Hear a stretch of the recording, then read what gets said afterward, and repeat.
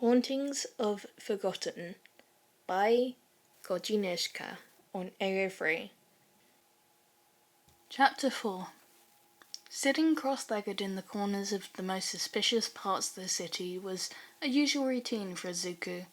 So was discussing various quirk theories with Nezu and talking about his analysis with Aizawa. Oftentimes he would completely ignore Aldera and go to UA, finding subjects there far more interesting. And it's not like the teachers in his current school taught much more than was already in the books Midoriya had already read. He was trying to be a good student, in case he doesn't get completely forgotten at the entrance exam and actually manages to get into UA. Or any school for that matter. Anyway, those all were usual stuff for him, but today he decided to go to his actual school since the teacher was supposed to talk about their plans for the future. Zuko was curious about his classmates, although it was obvious Karchan would try for UA. Confident jerk that will surely get in, but admittedly will also probably become an amazing hero. Yeah, Zuko doesn't know how to feel about his past friend, but neither does he about most of his classmates, so yeah. It's not like it's a rare case of confusion. Honestly, the whole living thing is weird for Midoriya. Anyway, that day was already a tad bit different from his usual routine, but then it got even more interesting when Izuku heard a strange bubbling sound behind him after he had already left a small underpass. So, of course, he turned around and curiously watched a green blob of slime hurriedly move forward, looking around for something or someone. And since our boy is well known for ignoring whatever voice of reason he has, instead of leaving or maybe calling police about this suspicious blob that came from nowhere, or servers, because that's a very real possibility now that he thinks about it, he of course stayed. But what else to expect? You know him, curious above his rather lacking survival instincts. So, what are you looking for? He inquired after a moment, not feeling comfortable with how close the thing was getting to Aldera. Well, at the very least, he made sure to have some distance between himself and the thing, although his reasoning was as follows. It smelled pretty bad, and he would rather not get this goo on himself, thank you very much. Doubly so considering it probably counts as body mass, like, an equivalent of tissue and blood. Ah! The villain yelled, jumping 2 feet in the air before turning around. You scared me. But you're here at the perfect moment. I've just been looking for an invisibility suit and you'll do great. And with that, Izuku's mind went into panic mode. Invisibility cloak? How did the blob know? After all, Midoriya is invisible for the majority of people, completely forgotten, but it means that there's no way for anyone to look at him and go, oh, that's this boy you can never remember anything about, the pretty much invisible one. His legs sent him moving as the slime lunged at him. The villain was faster than the boy expected, but Izuku wasn't slow either. He managed to roll to the side and get right up, going for the underpass, because he just needs to disappear from the criminal's eyesight and he will be forgotten. There's no way it won't work. The whole invisibility suit comment? It was a fluke. It had to be. There's no way. No way. The funny thing is, as he was running for dear life, the sewage top had suddenly burst open, and the boy ran straight into what might as well have been a brick wall. Do not fear, for I am here, the hero stated, giving the boy a beaming smile, because as focused as All Might was on the chase, it would have been hard not to notice someone literally slamming into him, even if it didn't hurt at all in this form, after which the blonde readily went after the slime, the one that tried hightailing it out of the underpass after noticing the number 1 hero. Izuku watched one of his most favourite heroes ever with stars in his eyes, all the terror already forgotten. Through the years of his invisible life, the boy learnt not to linger on negative thoughts. He wasn't sure if he would even be here right now had he not do his best to stay an optimist. All Might took care of the villain with one punch and gathered the sludge into a soda bottle that sadly had to be emptied into an empty bush for that. Its sacrifice won't be remembered.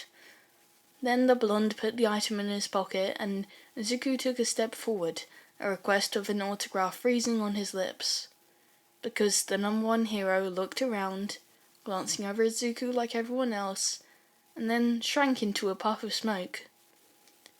Midoriya has long shed the instinct of yelling in fear or surprise. Instead, he watched in complete silence as the skeletal blonde shuffled away for a few seconds, trying to make a choice. Ask directly or follow the man? All Might? He opted for, taking an unsure step towards the blonde, who instantly turned around, his sunken eyes blown wide open. I'm sorry, you seem to be mistaken, my boy. The man tried, but no, that it isn't going to work. Really, I'm not even that similar to him, so I'm not sure where your confusion came from. I saw you go puff, Zuko said, making a vague hand motion that was supposed to remind the hero of the earlier dome of smoke that accompanied the strange shrinking phenomenon. And defeating the villain? I was right here the whole time. All Might looked rather pale, and when getting up this morning, Zuko wasn't planning to learn some kind of huge secret of no one else than the symbol of peace himself. But guess what? The boy usually isn't planning much in the first place, and things just happen. The man sighed, resigned to his fate, and walked up to a nearby bench, taking a seat.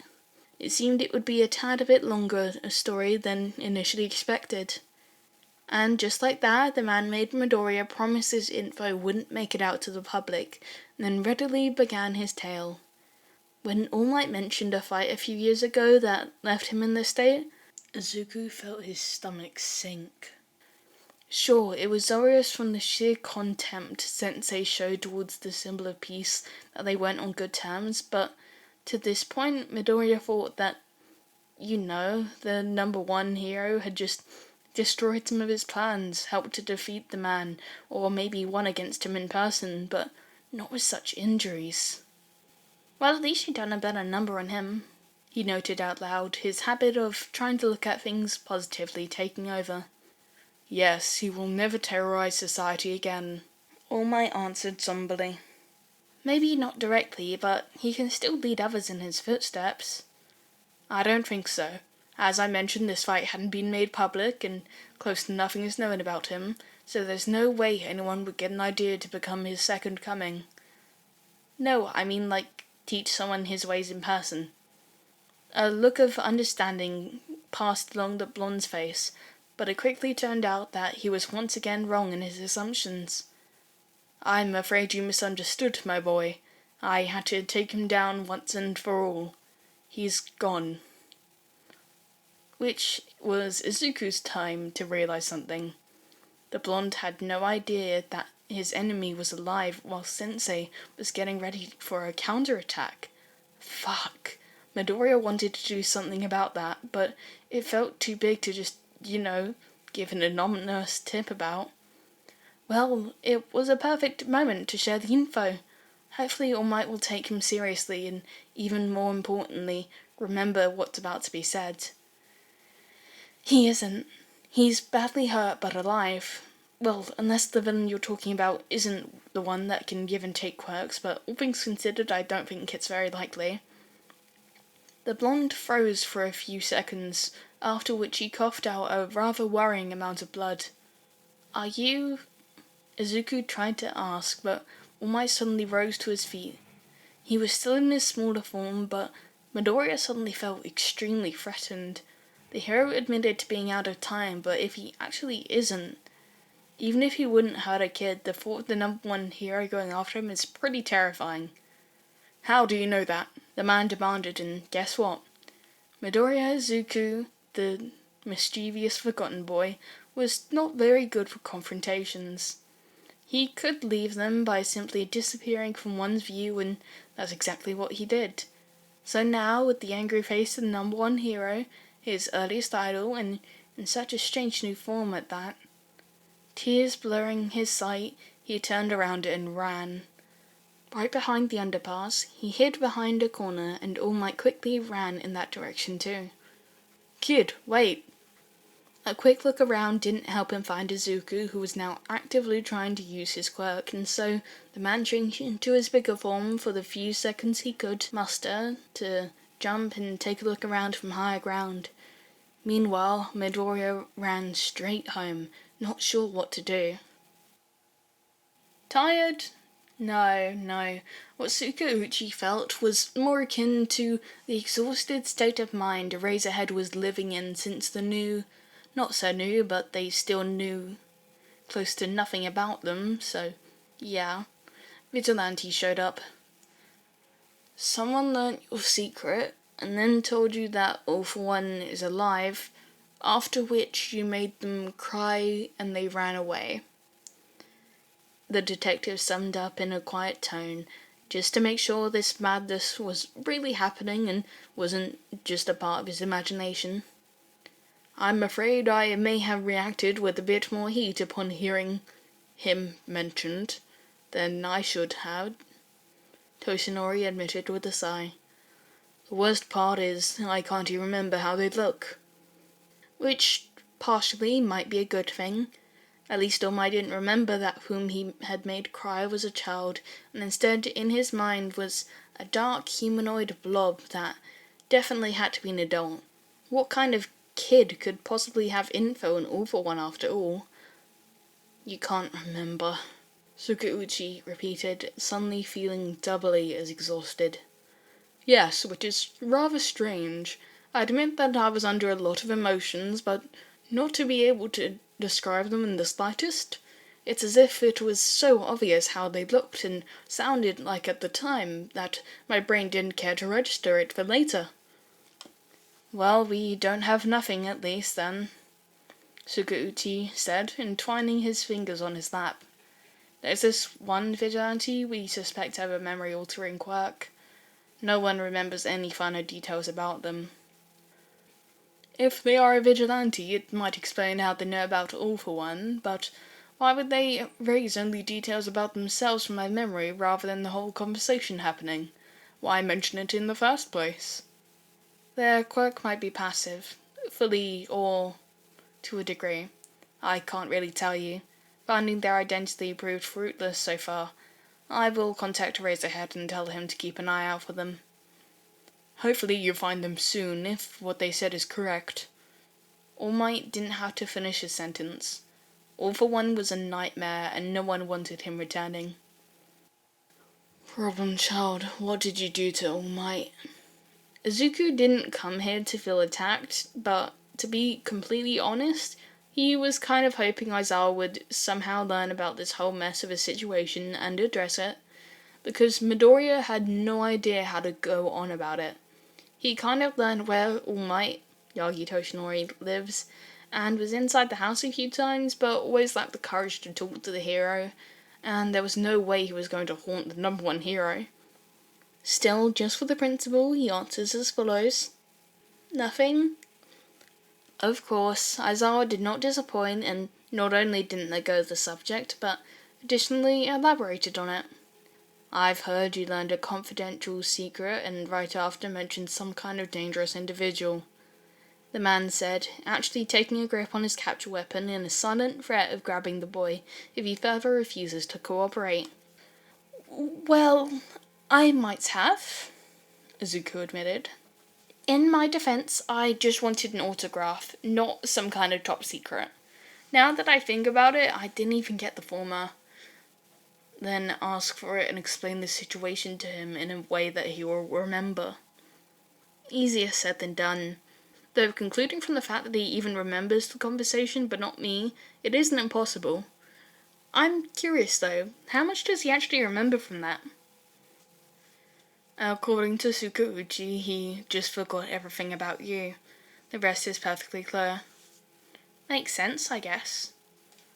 Problem child, why did you disappear on him after mentioning someone dangerous even in his eyes? Do you realize how suspicious it must have been from his perspective? Izuku threw his arms up. I do, but let me tell you, he looks terrifying when he's angry.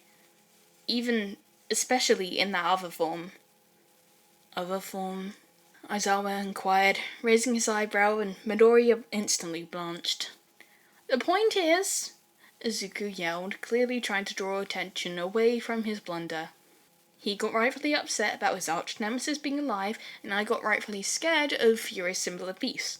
So I ran and disappeared. And you didn't try to reach out to anyone or explain the situation because... The man asked, although without any kind of irritation or belittling.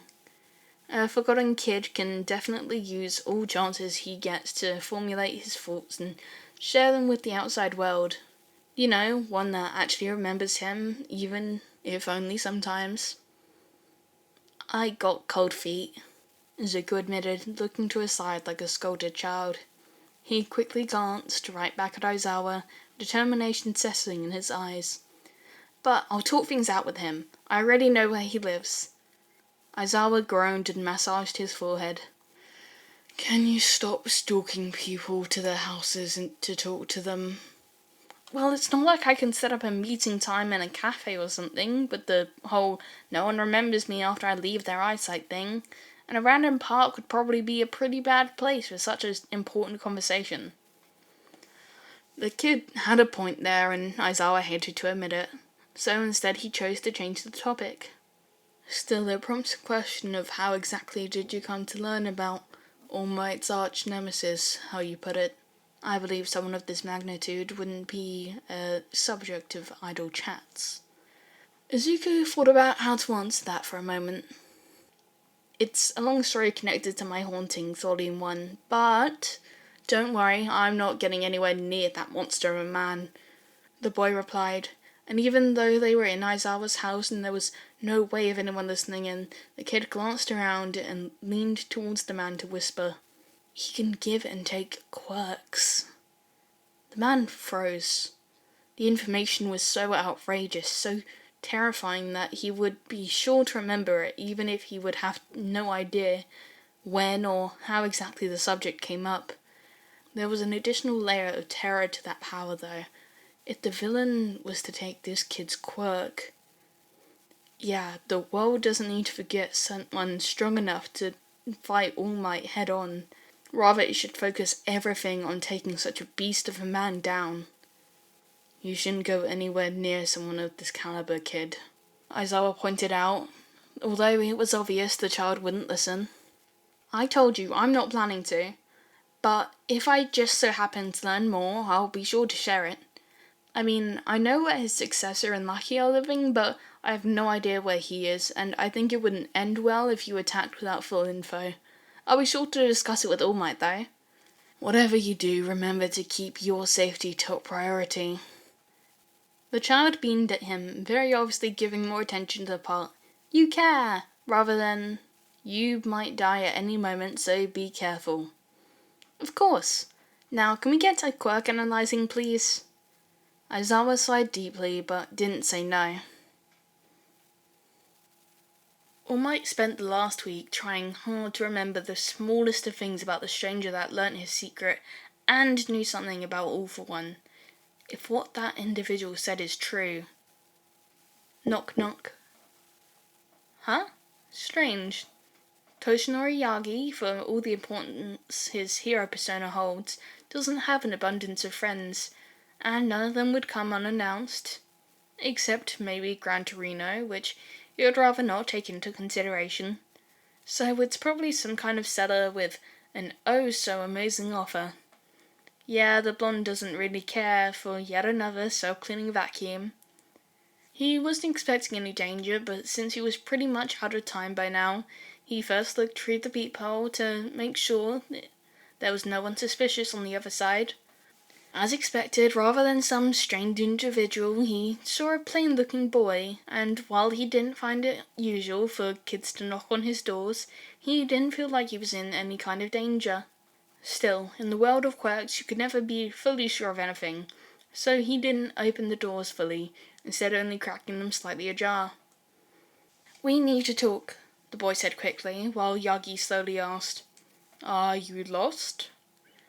They both were quiet for a moment. I'm sorry, but I don't think I recall you, my boy, Toshinori finally voiced, feeling unease slowly creep under his skin. I'm the secret kid. I mean, I'm the one who learnt your secret. You know, the one you don't remember, that mentioned your arch nemesis. The child was either an extremely good actor or genuinely uncomfortable and uneasy about the situation. And if it really was just a kid that happened to be in some bad places at bad times, the second made perfect sense. Toshinori wasn't sure how to react.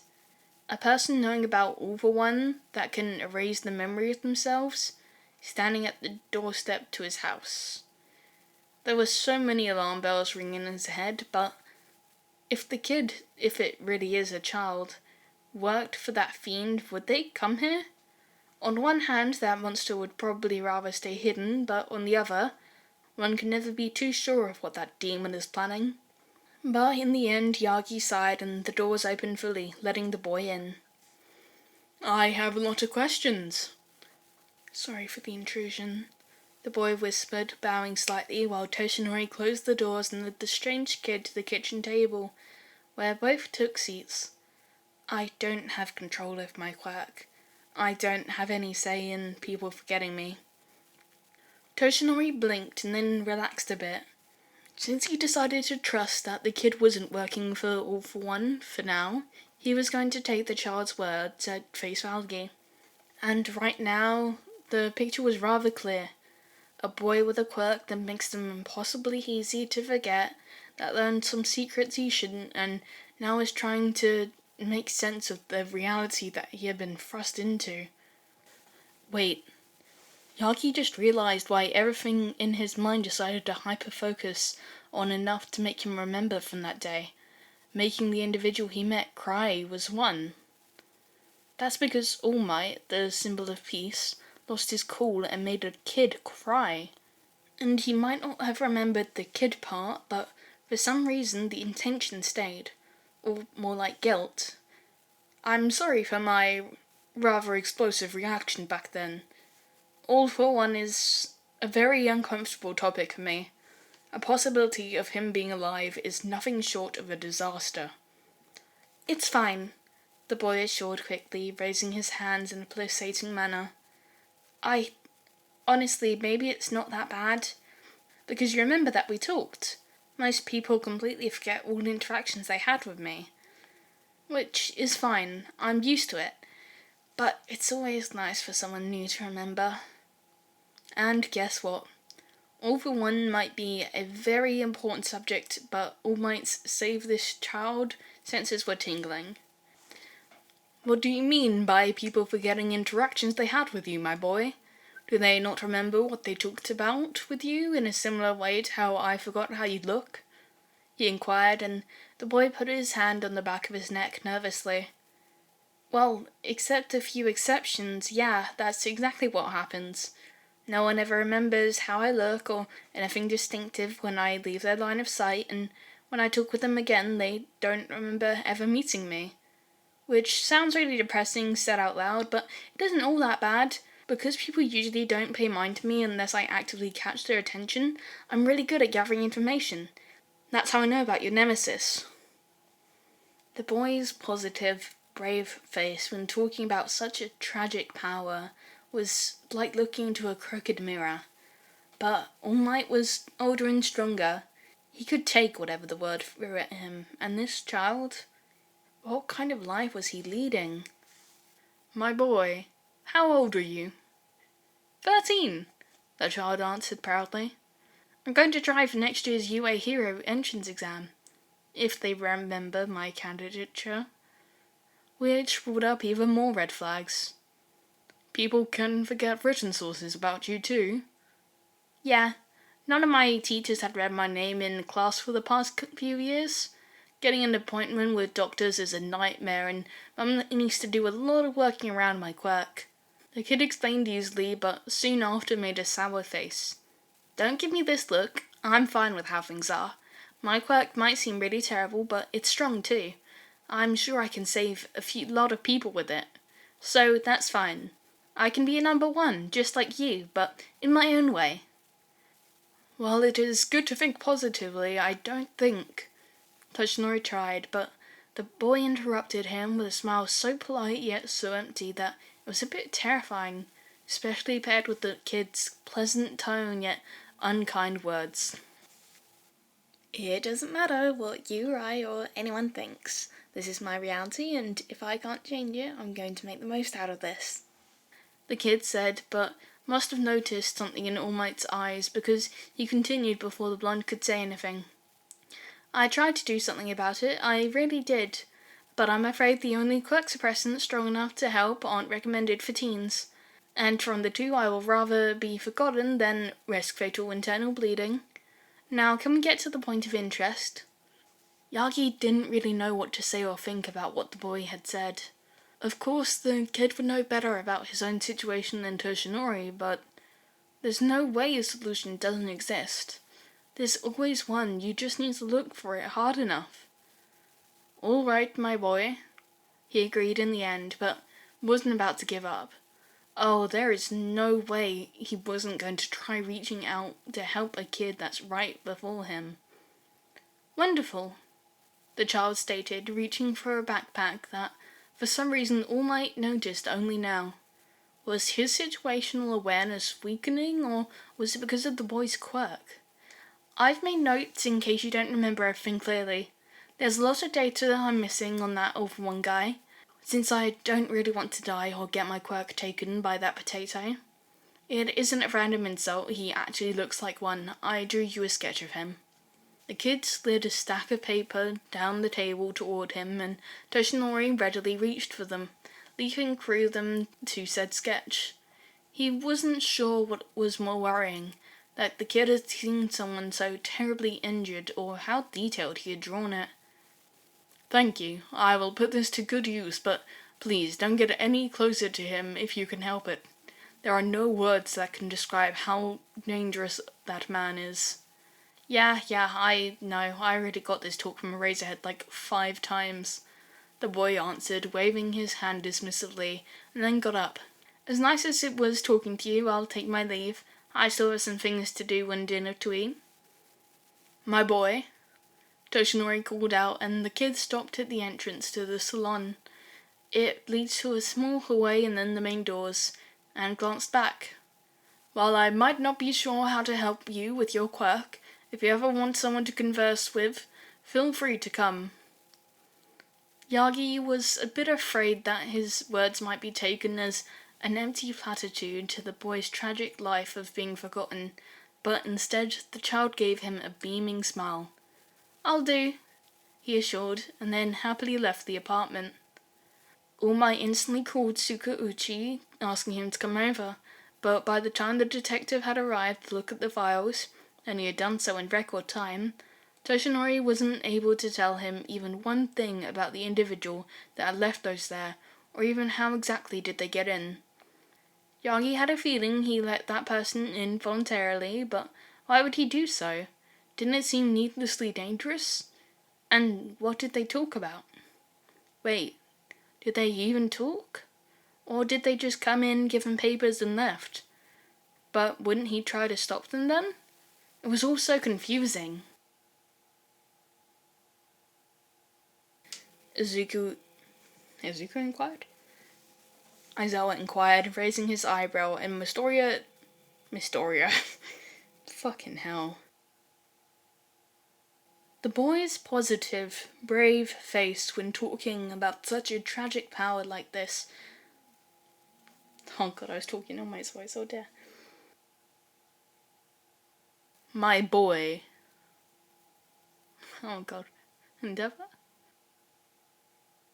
Since I don't really want to die or my quirk get taken...